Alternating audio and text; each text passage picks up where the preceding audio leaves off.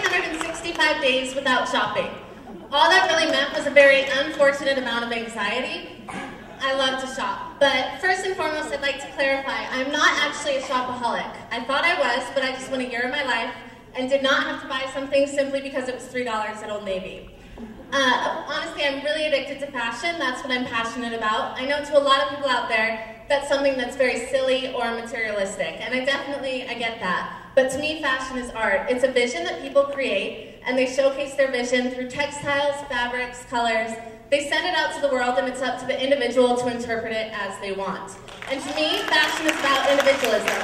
You can say whatever you want. Without opening your mouth, you just have to put something on your body.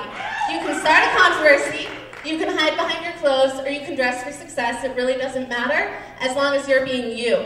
And, well, I just do have to say a side note. No one can judge you as long as you're leaving your closet comfortable and confident, but Pauly D, slightly different haircut, he would get way fewer grenades, a lot more ladies. Just my opinion. So if you still have no idea what I'm talking about, every time I say anything related to clothes, just equate it to your hobby.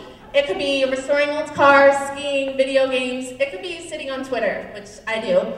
Whatever it is, every time I say clothes, equate it to that.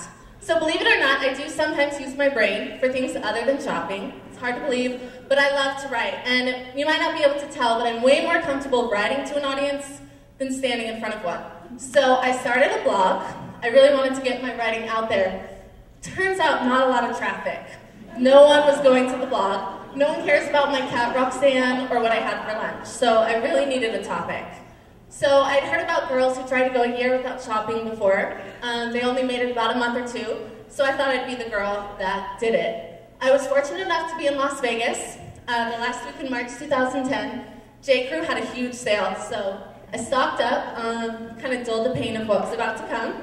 And April 1st, 2010, no shopping. I chose this date for timing, but also just in case I failed, I would be like, April Fools, 3 months later. You know, just in case. But I put it on Facebook, Twitter, I emailed to everyone I knew. I made sure if anyone knew my name, they knew I wasn't shopping for a year. And I got tons of feedback, mostly, like, why on earth would you do that? Really, why?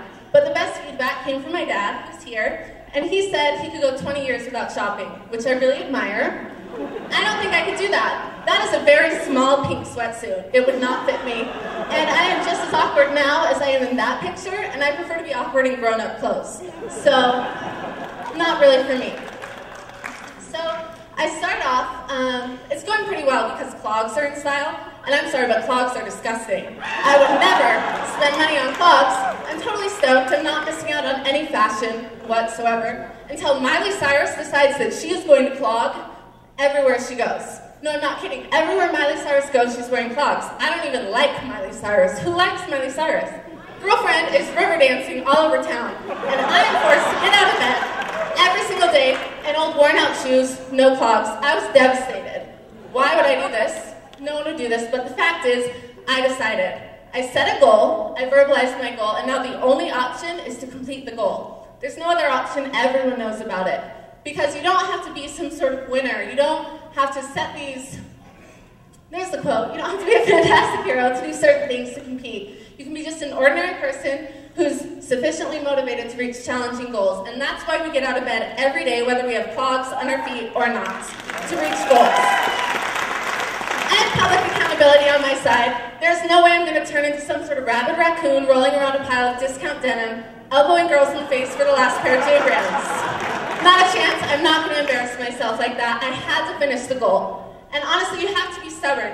Yeah, it really sucked. I wanted to shop every day of that entire year, but I wasn't going to allow myself to fail. I was stubborn and I was doing it, and that is empowering. It was the best feeling I've ever felt. So I know it's really cheesy, but shoot for the stars. I'm sorry, but our first grade teachers were right. With a little bit of willpower, a lot of determination, you can do anything you want. And had I known this, Prince William would not be marrying Kate Middleton next week.